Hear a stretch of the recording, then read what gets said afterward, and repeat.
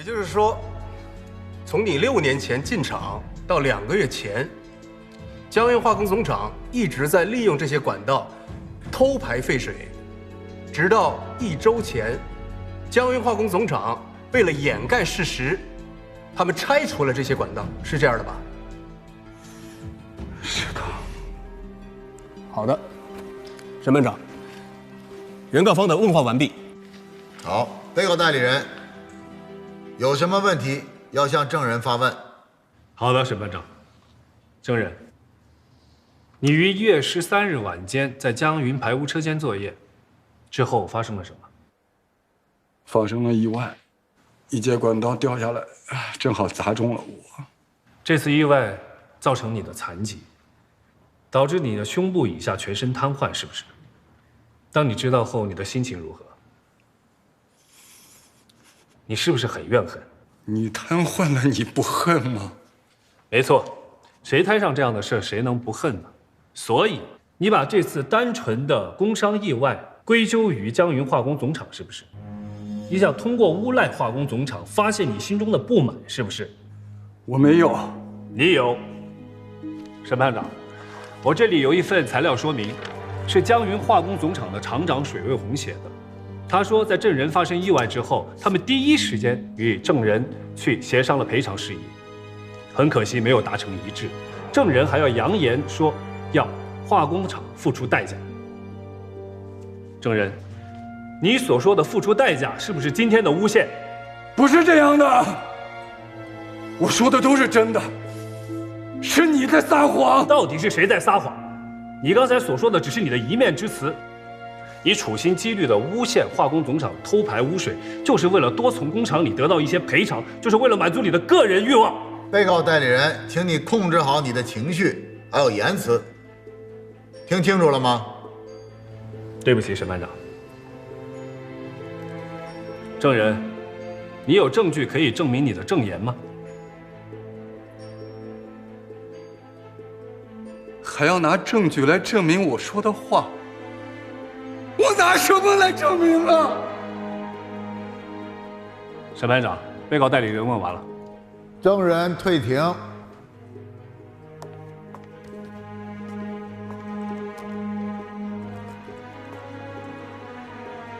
审判长，我这里有一封联名信。1月13号晚上，参加拆除作业的8位工友的证言，他们全都证明，当天晚上他们确实拆除了江云化工总厂排污车间的排污管道，而且根据他们进场时间的不同，他们都证明江云化工总厂一直在利用这些管道偷排污水，其排污设备基本不用。而且他们还证明，1月13号晚上，他们受厂长水卫红的指示，将这些排污管道拆下来之后埋在工厂后面的土丘下面。原告方根据联名信挖出了那些管道，并且拍照存证，请合议庭一并过目。执行法警将信件呈上。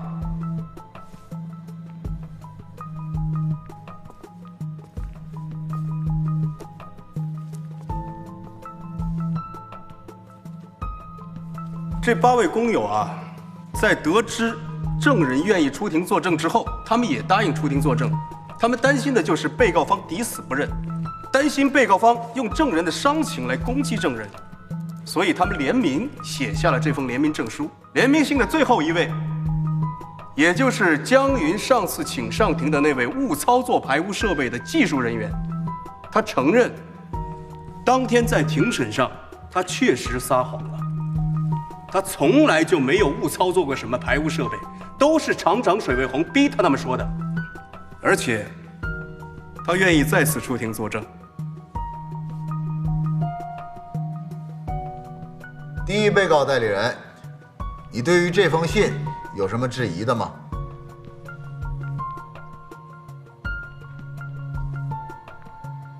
暂时没有。第二被告齐州市环保局代理人，你有什么质疑的吗？没有。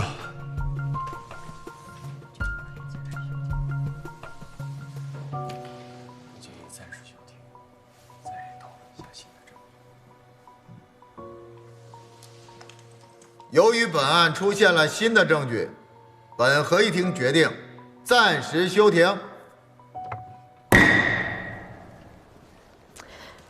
你们刚刚有没有看到陈叔的表情？就像吃了只苍蝇一样，真是太解气了。钟律师的这证据一拿出来，他就彻底的哑火了。对，现在啊，审理已经结束了，我们合议庭啊，尽快的宣判啊，确立这个赔偿关系，好让这个老百姓呢尽快的拿到赔偿款啊。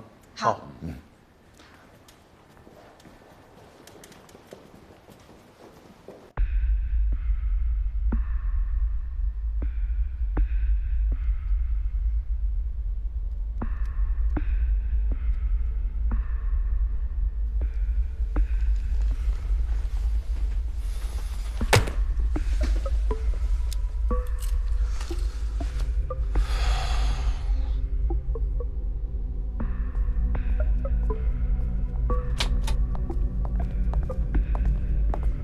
罗总已经在屋里等你了。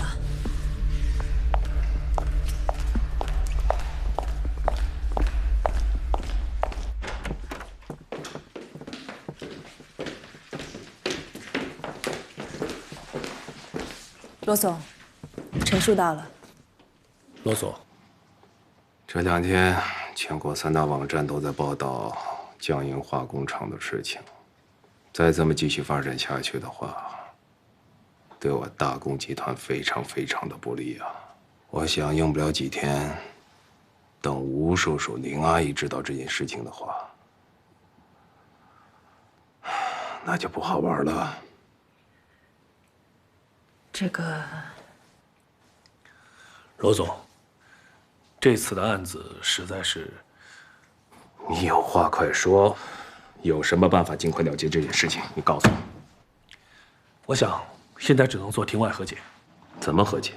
我们可以跟他们商量，我们也提出一些条件，与他们达成一份息事宁人的和解协议。就这样？当然，赔款是最好的方式。可你有没有想过，这赔款是多少数目？大工集团承受得了吗？如果对方死缠烂打，揪着你不放怎么办？狮子大开口怎么办？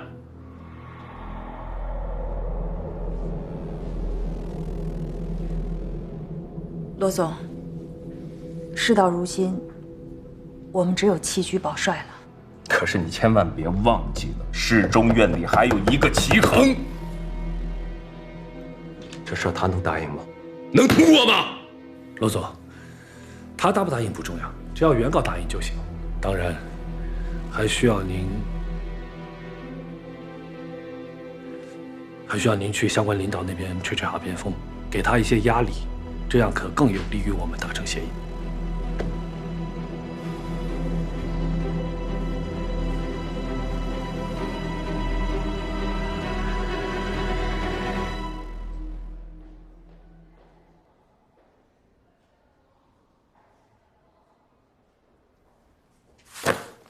我不同意。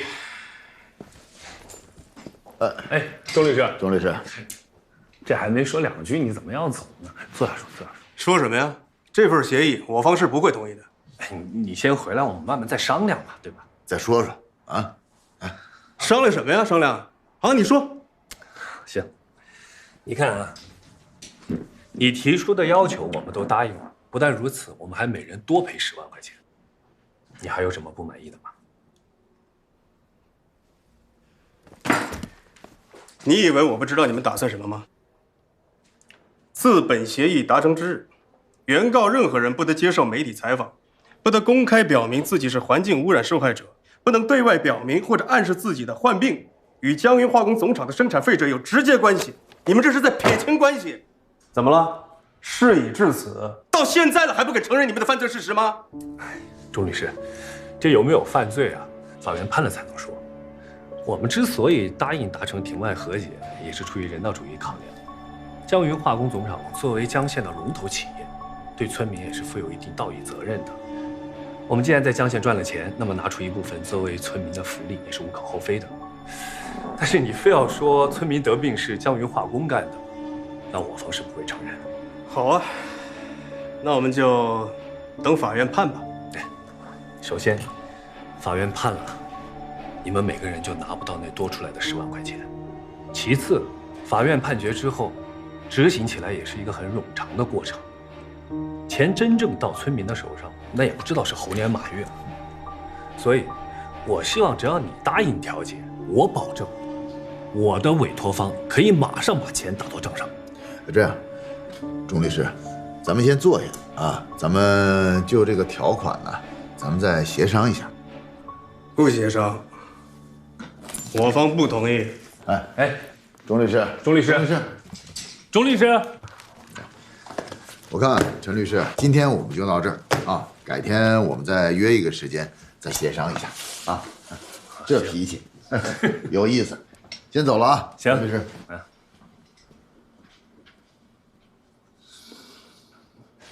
钟律师，钟律师，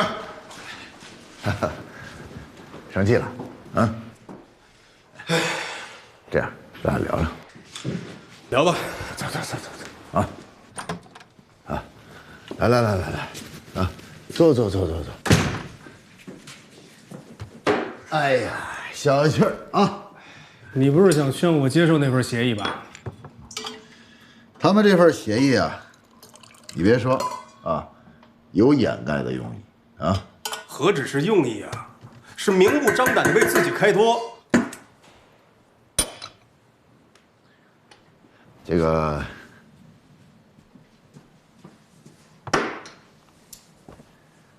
李敏啊，我想问你啊，你为这个马头村的村民打这个官司，你为了什么？为什么？为马头村的村民讨一个公道。那我问你啊，这个公道你讨到了吗？我知道你要说什么，他们答应赔钱了，是不是？而且还答应多赔一部分。你是想劝我见好就收？祈愿，我没想到你是这样的人啊！我不见得是你想象的那种人，啊，我知道你想什么，啊，你想叫这个江云呐，对自己的这个行为负责，你还想叫社会啊，还有老百姓都知道江云化工厂，它呢这个污染环境，害了人，你同时呢还想叫这个其他的企业和整个社会，啊，给予警示还有威慑的作用，对不对？知道了还来问我？但是我想跟你说的是啊，你如果要是达到庭外和解了，不见得这个社会上就听不到你的那种声音。如果和解了，给钱了，啊，那也不见得所有的老百姓啊就都认为这个江云化工厂啊活菩萨、大慈大悲的大恩人。那为什么不能通过白纸黑字把他们的过错，不是罪过明确下来呢？这个有时候啊，这也是我们法律人啊矛盾的地方。我们法院啊做的每一个宣判，尤其是民事的判决，因为我们最根本的出发点是尽快啊，尽最大的可能给这个被害人呢争取到最大的权益。你好好想一想，这些东西对于马头村急需用钱来保命的、来治病的人来说，啊，那祈愿我问你啊，法律到底是正义的审判，还是只是伤害的赔偿？到底哪一个比哪一个更重要？你说。李明，你说的这个呢，我想是不是马头村老百姓啊眼前急于解决了？你的这个问题啊，我想也没有人能给你完美的答案。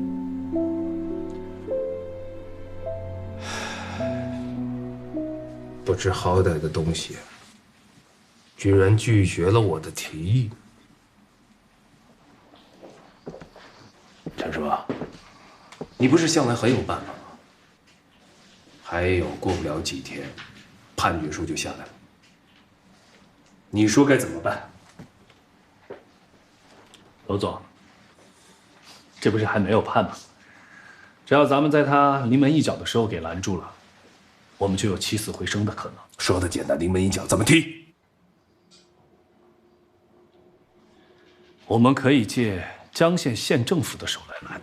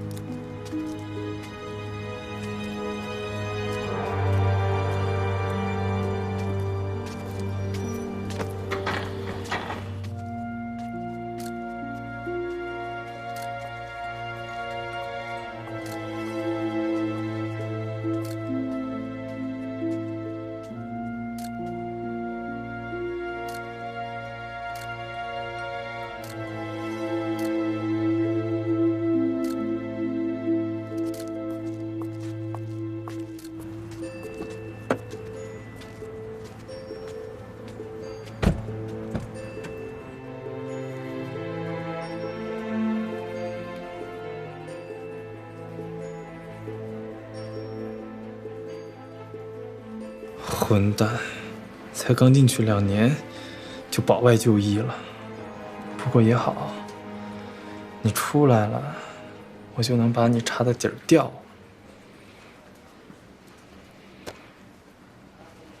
忙着呢。啊。哎，罗儿，来看看咱们的项目策划，数据中心呢就建在江县。江县就是那个山高石头多的地方。嗯，哎呦，你懂什么呀？数据中心就应该建在这种地方，又便宜又安全，不就是放几台主机吗？是不是？你没看那美国大多数银行都把那数据中心建在那个内华达沙漠底下，那多便宜！你是老大，你觉得 OK 就 OK 了啊？怎么我是老大呀？董事会都签字了，还我老大？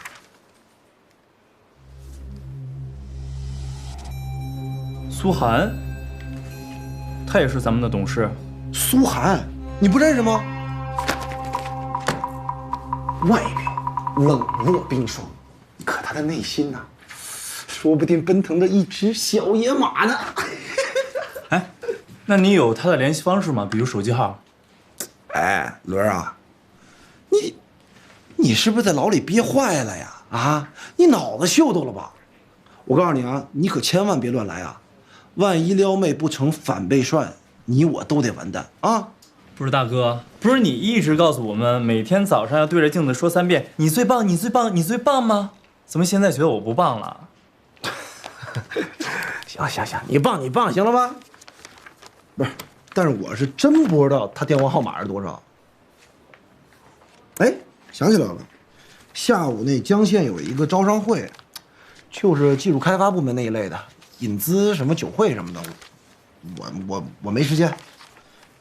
要不你去？啊？我去。你最棒，最棒。走了。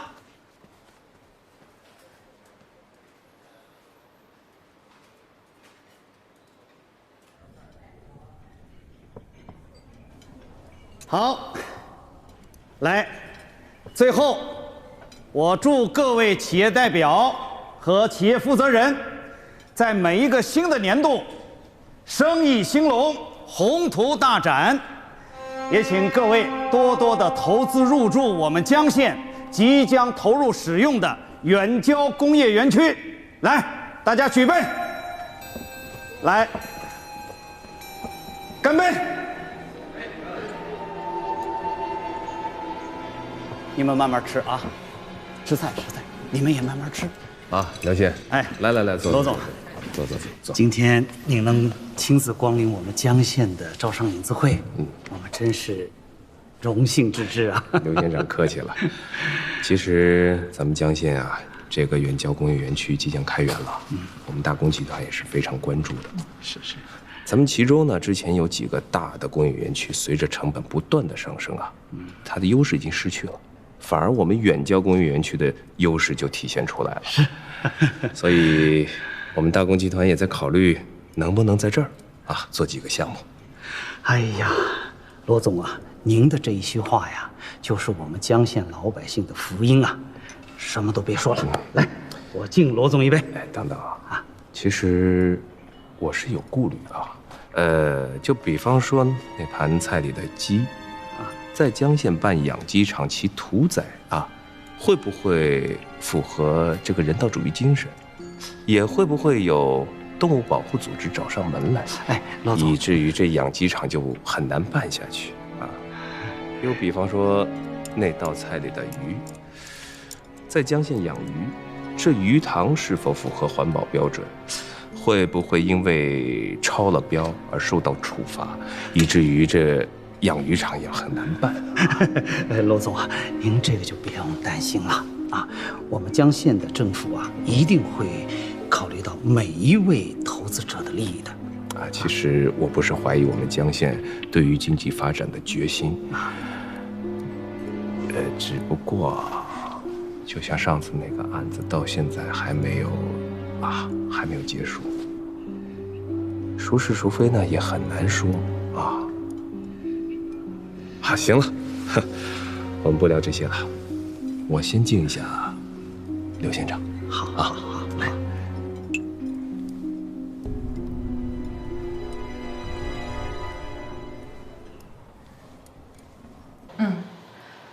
罗总的领带就定我昨天选中的那一款，明天尽快给我送来。好。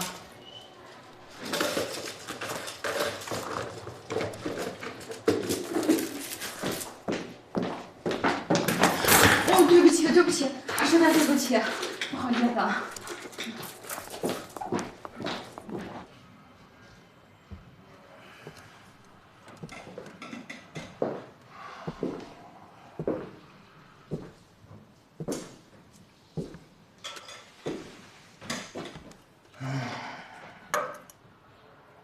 贺副局长，我现在真的想知道，码头村村民告你们市环保局的那个案子究竟怎么样了？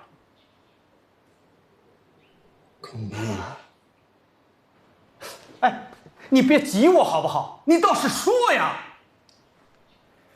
恐怕要输啊！我跟你讲，这事儿啊，就怪那个市中院的齐恒，就是他不同意庭外调解，非要让环保局和化工厂输。我是想尽了各种办法，就是不行啊！我跟你讲啊，那化工厂的高管可跟我说了，如果这回官司输了，人家就关厂走人，到时候吃亏是谁啊？啊，吃亏的是江县的老百姓。生病的只有30多个，到时候失业的可是上千人。那这个案子什么时候判呢？大概就这几天吧。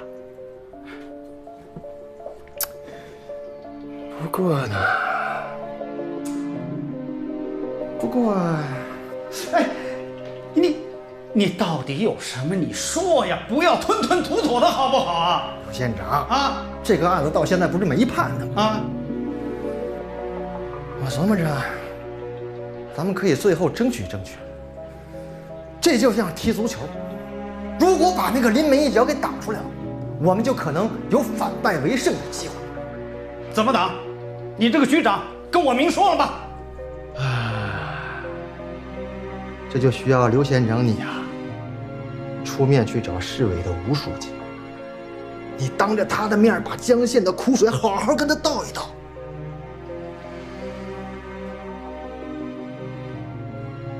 你让我想想。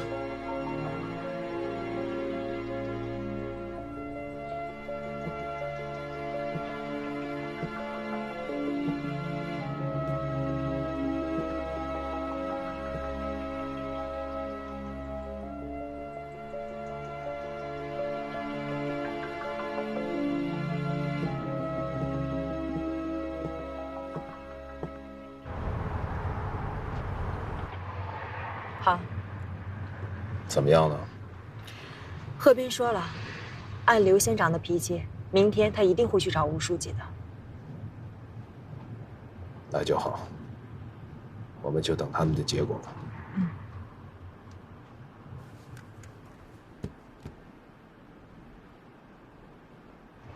你为什么用刚求的手机打电话？我的手机今天丢了。丢了？怎么丢了呢？赶紧找啊！我会尽快找到的。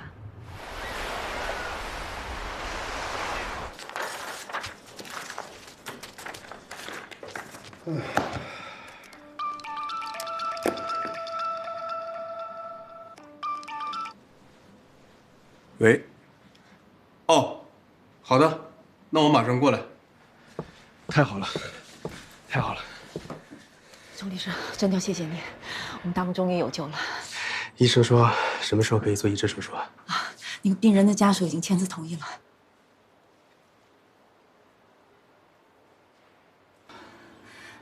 好啊。但是这医生说了，如果这判决书不下来，还是不能把腰子接给我们大木。今天马上就要开庭了，宣判书就能下来，这个你不用担心。真不担心。这医生还说了，这腰子啊，从捐献者的身上一直到移到大木者的身上，这腰子只能存活5个小时。钟律师，5个小时判决能下来吗？现在是9点，5个小时是下午2点，下午2点，没问题。这样，现在我就去法院等待宣判，第一时间给你们把宣判书带过来，好吧？好。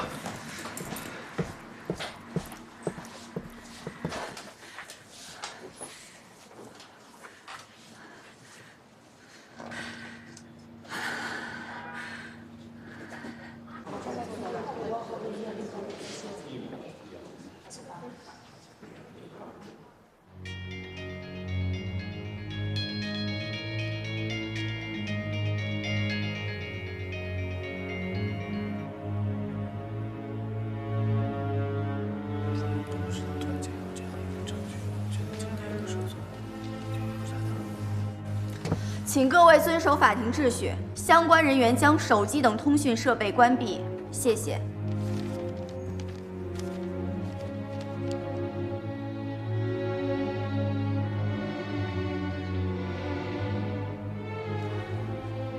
带充电宝了吗？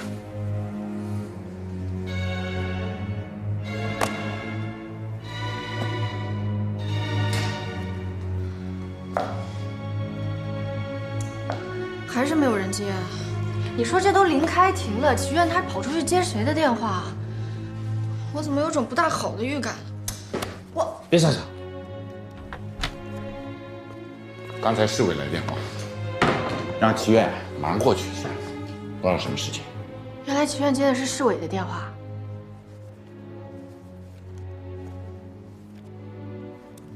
进来。朱书记，齐院长来了。好。启恒啊，你干嘛去了？给你打电话怎么也不接？我呀着急出来，那电话落法院了。什么事儿，吴书记？我那儿等着宣判呢。先给你介绍个人，这是江县的县长刘伯云同志。啊，齐院长，您好，你好，你好，你好。刘伯云同志跟你有话说，我这儿就暂借给你们20分钟。吴书记，你们抓紧时间啊，我这儿还有事儿。齐院长，我是来向您负荆请罪的。您这是？江云化工总厂出了这么大的事儿，我这个江县的父母官难辞其咎啊！我请求您惩罚我这个县长。刘县长，您这是什么意思？齐院长，我请求您看在我们江县政府的苦、江县政府的情，也就是江县政府的苦情的份上，不要判江云化工总厂和市环保局败诉。您要判就判我这个人。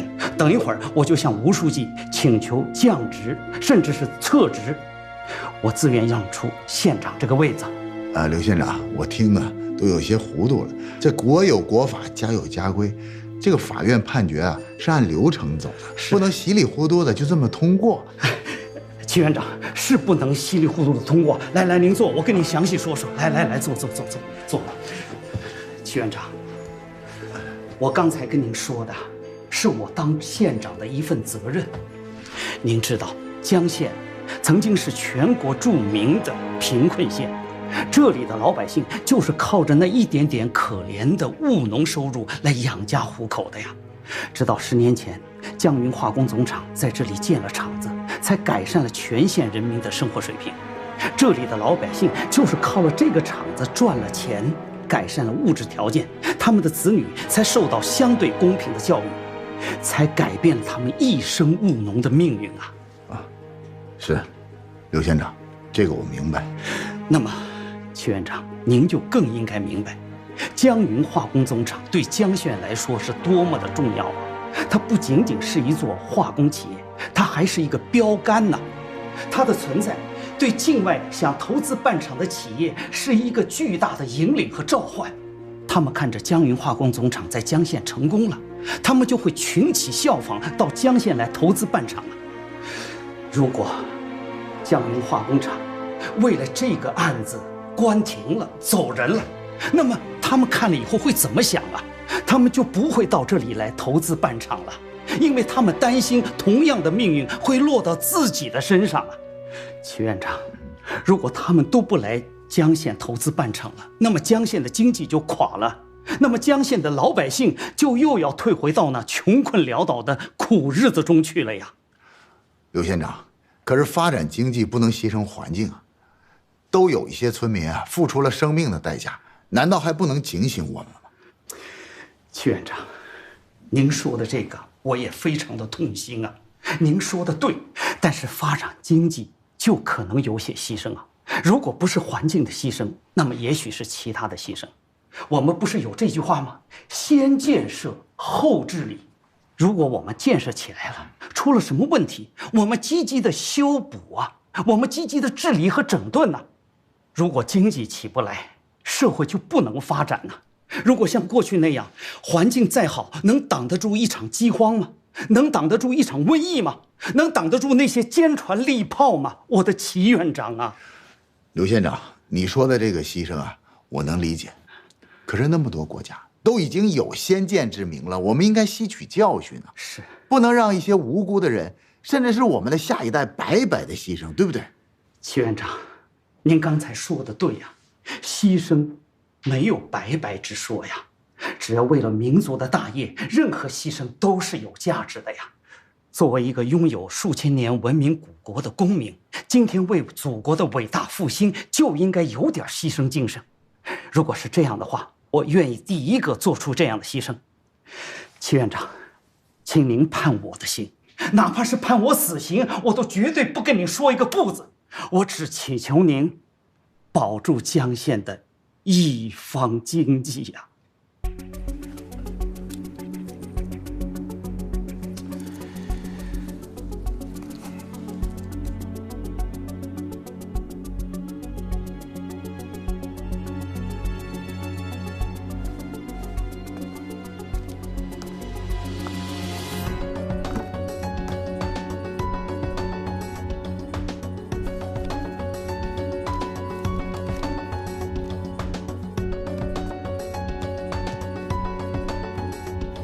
齐院都已经走了2个小时了，怎么还是一点消息都没有？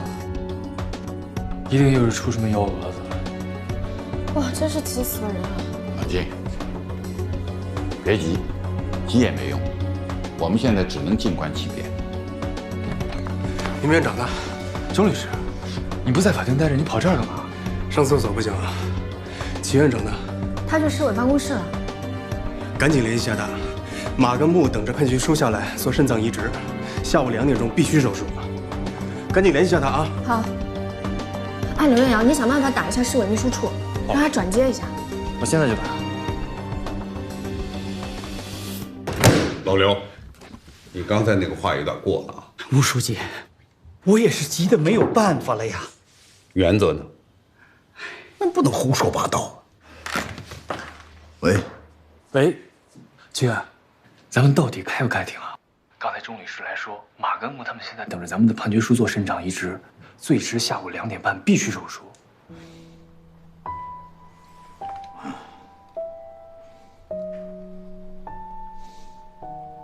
齐院，怎么了？齐院把电话挂了。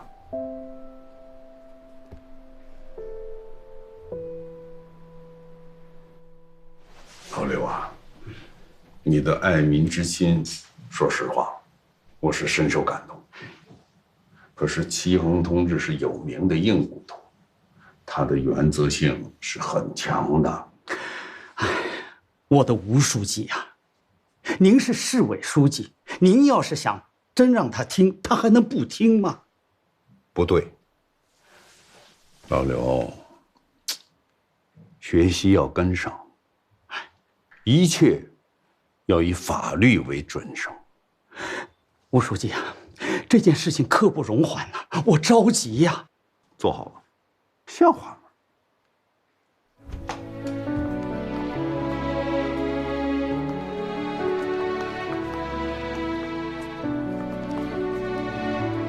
全体起立。齐州市中级人民法院判决书，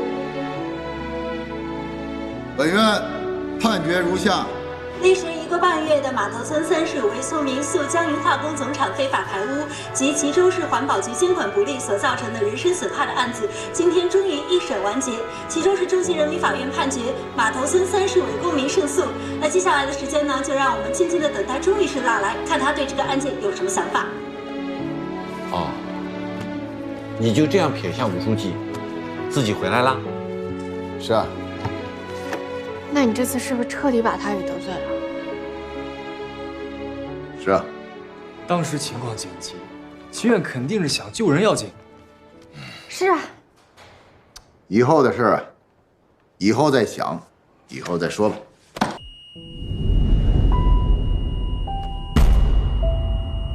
大伯，大伯！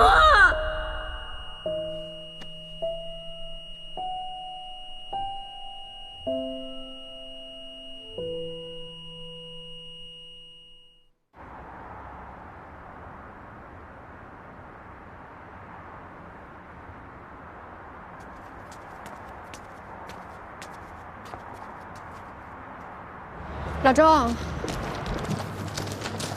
老周，你看看，喝了那么多酒，没事吧？都怪我，都怪我。你说我为什么手机不充电？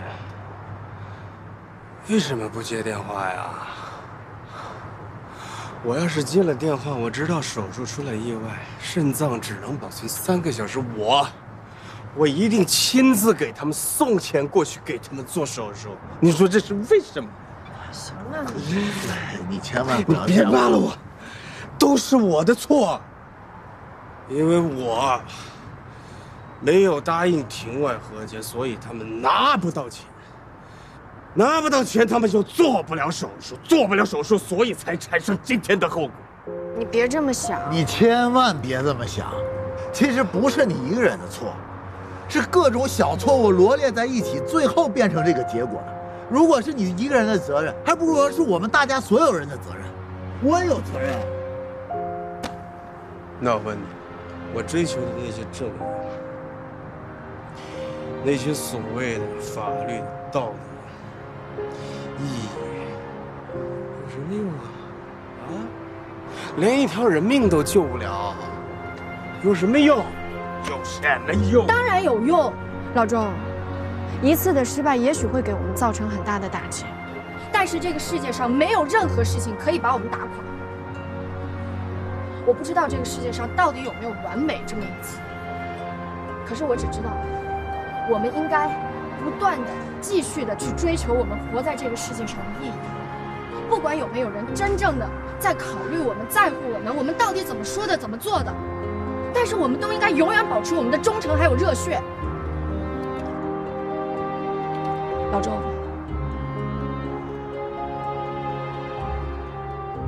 除了马跟木，还有更多的人，他们需要你的帮助。是啊，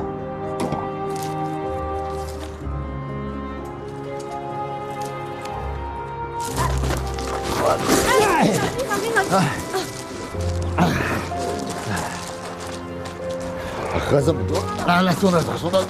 慢点，没事。送吧，送吧。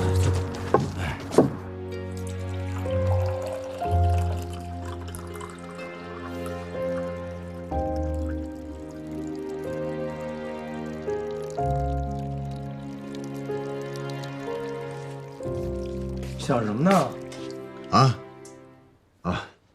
没想什么，都淤出来了。啊，没事吧？没事，想多喝点水，啊。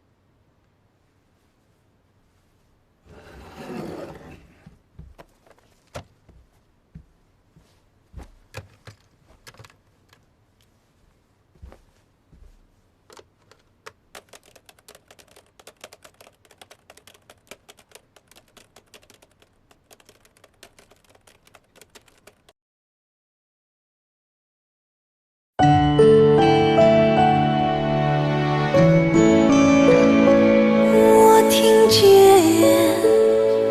回声来自山谷。